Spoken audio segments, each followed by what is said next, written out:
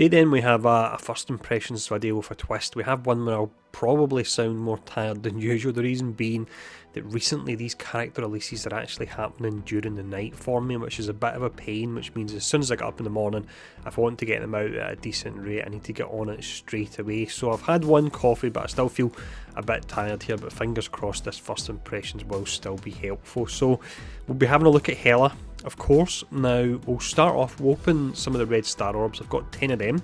We'll then open one pack for her. From there we'll get her ranked up, we'll check out her stats that I've already punched into the spreadsheet. I'll run over her abilities, what I think of them and if I would max any of them out, and then we've got some gameplay to show off her animations, and then to finish up we've got some gameplay to see if we can find any teams with us, some synergies going on there, and that'll be against Ultimus and Nexus 5.9. But let's go in first and we'll actually just quickly open some of these red star orbs. Currently then I've got 16 of the red star orbs, and I've actually got a 4-star token as well, but I'm probably going to hold on to the majority of them for when Sinister comes out because he does look pretty strong. But for Hela I'll open 10 of them here, so here we go, let's see how we get on. In the last opening I think it was Elsa really didn't do great at all. A lot of greens. Not a good start so far. There's a blue. It's not good at all. 2-star Hela, that's only 5%. 2 stars pretty useless to be honest. You get 3-star, it's decent. What's this one here? Ah, that's horrible. Got excited for a second. Let's see, I think we're taking it down to 12,000 for the currency, and that will be 10.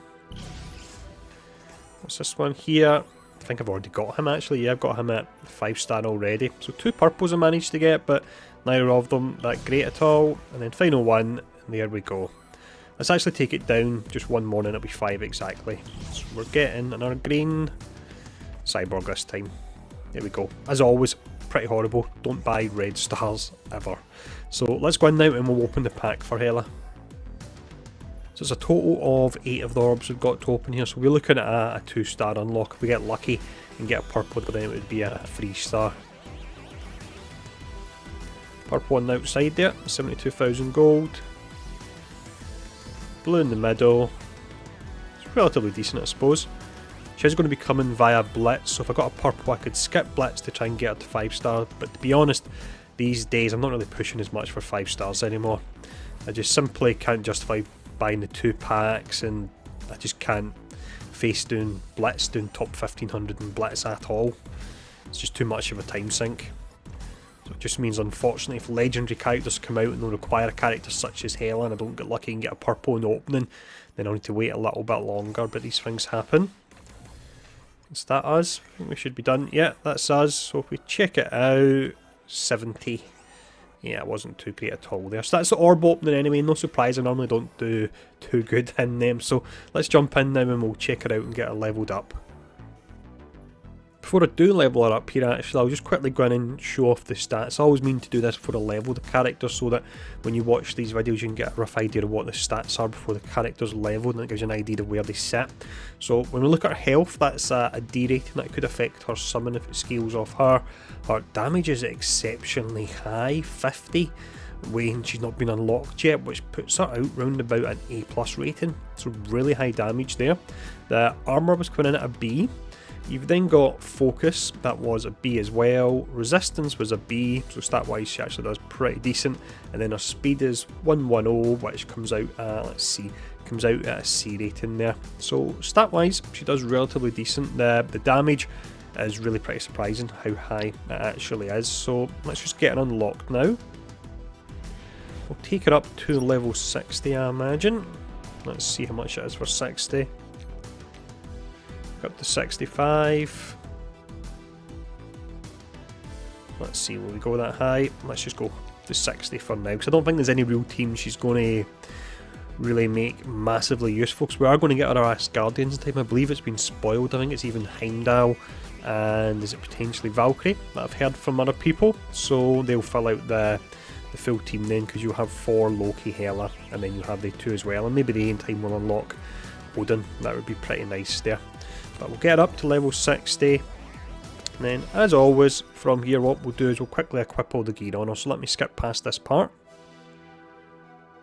So I've only managed to get her to 23,000 power, but I'm not that bothered because, as mentioned, Asgardians aren't a full team at the moment, so we don't really know their full potential and their uses, so I don't feel that it is that important to go that hard in on actually. As a character, I feel that, and I mentioned this when I first showed her off in one of the Envoy videos, I feel that she's been set up as almost a Groot and Minerva counter, or a Guardians counter. They're a team the developers know can steamroll through a lot of Fear the Darkness and a fair amount of raids as well, and I'm pretty sure that Hela's been brought in to counter them. I'm certain that we'll start to see an inclusion a lot more in raids, and I think she'll feature really heavily in the next Fear the Darkness, whatever that may be called, when that comes out as well. But 23,000 power, as mentioned there. Her traits are Villain, Cosmic, Mystic, Controller and Asgardian. Mystic has opened up a little bit with supernatural characters, I believe. You've got Cosmic, which could work with Thanos with the energy gain, and then Asgardian will be an important one in time, I imagine, but for now, as mentioned, it's not one I'm really going hard in on at all, not until at least 4 gets some kind of decent buff.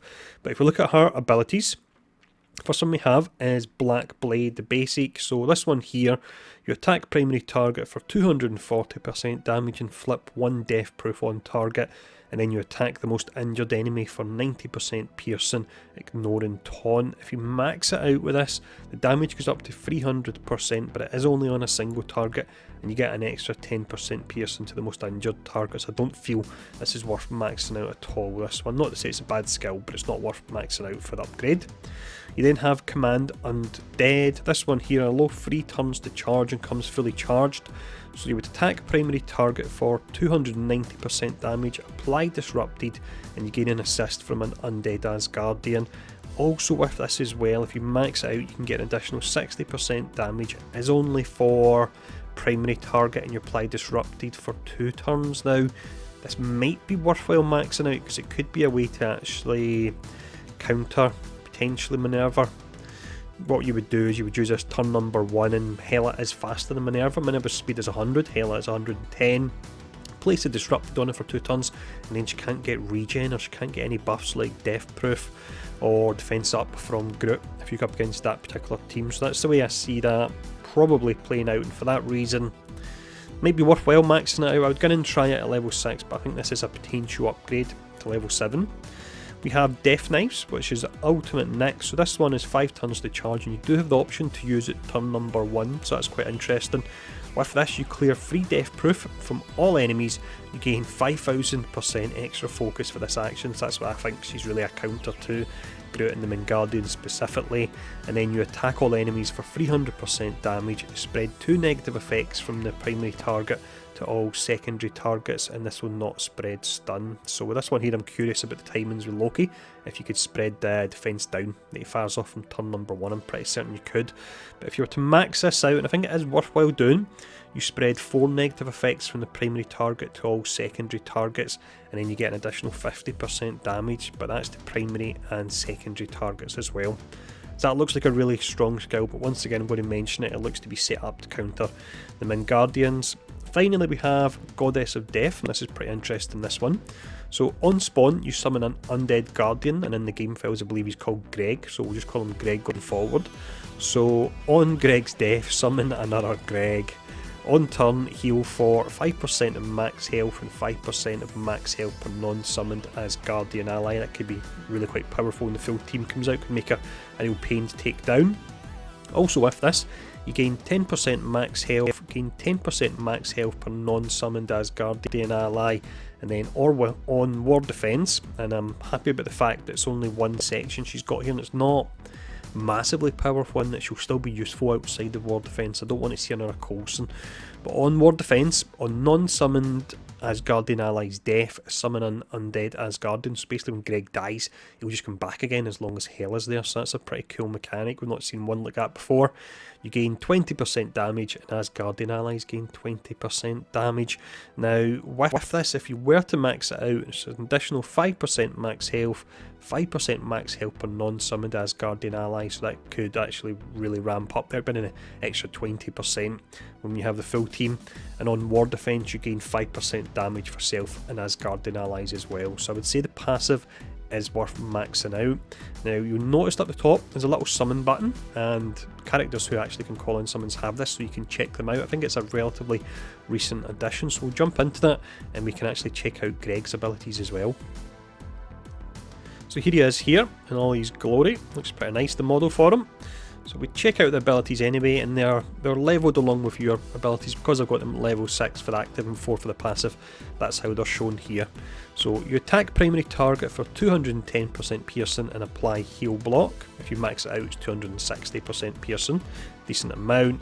Dark Sacrifice. So this one here, attack primary target for 340% piercing and apply 2 bleed for 2 turns, and then you attack self for 2000 piercing damage. So he'll kill himself, but he'll then come back again due to Hela's passive, and the attack cannot miss, although it can be dodged. It takes a few turns to charge as well.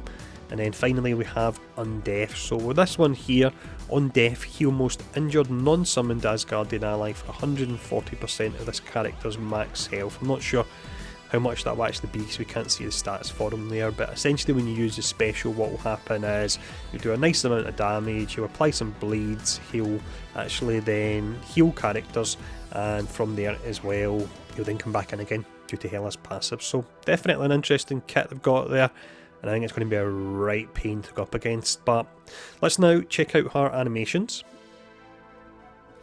Okay, here we go. That looks nice the way she walks in. I think it's just like for Ragnarok actually, that animation. And then straight away she calls in Greg. There he is there, so we'll attack. Let's see, we'll go for the Royal Guard. And it's Greg that's actually going first. That's interesting. There we go, and then from here, let's see what we could go for. We'll go for the one with the longer animation, so hopefully we can see it twice. We'll cast it on the outside, because I don't want to take the characters out too quickly, because I want to actually show off the animations here. Oh wow, that's awesome. Never seen that before, that's really nice. Wow, that was awesome there. So from here, let's go for this one. Special. Blows himself up, and then Hela brings him back. I really like that, it's really nice, it's just different, really. So let's go for the special. Very basic animation on that. I wonder if that's the only one you get for it. Really pretty simple. It could be a basic, to be honest. And then we're going to see the basic once here. What I'll probably do is run this twice because it's went over really quick, and sometimes characters have got a few animations for the basic, specifically the deaf ones. That's a nice one there. There we go, you're getting that additional attack to the other ally as well, and then Greg's going to have another shot. Yeah, so what I'll do is I'll go back in and I'll just use our basic this next time and see if we can get some different animations. Okay, here we go once again. The animation when she walks in does look really nice. Just fire through this quickly. We'll use the basics a few times and see what we can get. That's a slightly different one, I think, from the first time we've seen. The ultimate seems to be the best one by far, and all those blades coming out the ground, that looked really nice, didn't expect that. I'm sure I've seen one where she jumped up and she threw out blades as well. Let's just go for this here.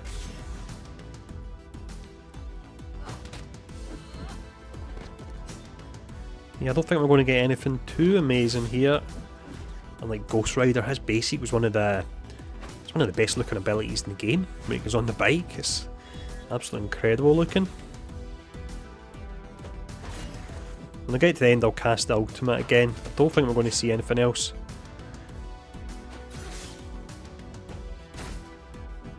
Hitting that additional target's quite powerful for a basic for sure. Yeah, she feels like an assassin type character almost. And if she wants to take out a certain character, she applies that disrupted to them for the 2 turns, and then she can use the basic, and if they're health low, she'll be hitting them as well. Even hitting them twice, I suppose, actually, when I think about it. No, nothing special happening with the basic. Let's cast the ultimate, if we get the chance, actually. We may not. Yeah, there'll be one character left to cast it. Oh, actually, 2 left. Here we go again. Yeah, that's really nice looking, that one. So that's all our animations. And there you go, the visuals are still there. So let's go up against Ultimus now in Nexus 5.9 and see how we get on. So with Hela having the Asgardian tag, I know I should be running 4 as well, but he's still really pretty underwhelming. He's just far too slow, so I actually want to run this team. There'll be a whole lot of debuffs. This could be a really interesting one, and we'll have some summons and so on. So we'll go in and we'll give this one a shot. So we are, of course, going to have a lot of debuffs here. I'm not sure if we'll have the damage to take him down, but debuff-wise, we should do really pretty well. So let's see, we'll use Taunt up here at the start. We'll have a fair amount of summons as well when Loki calls them in, and then you get Hela, so it's going to be a pretty full team. So we've got the defense down there. We're going to go for the blind potentially. Yeah, we managed to get the blind and a slow and defense down. Go for disrupted. What do we go for here?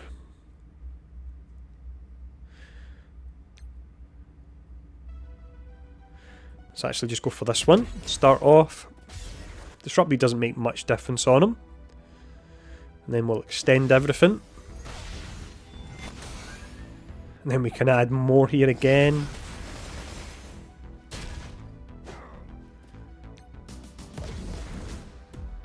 And then let's see.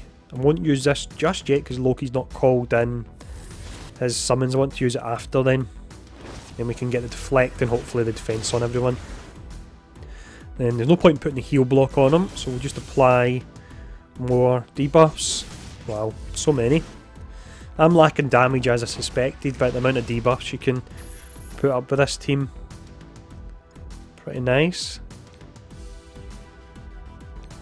And let's see. So this applies 2 negative effects. This one's just defense down. Let's actually cast this. Just defense down, actually. Debuffs are dropping off again. Let's just sacrifice Greg. Yeah, I think damage-wise is going to be sorely lacking here. But it's fun applying all the different debuffs.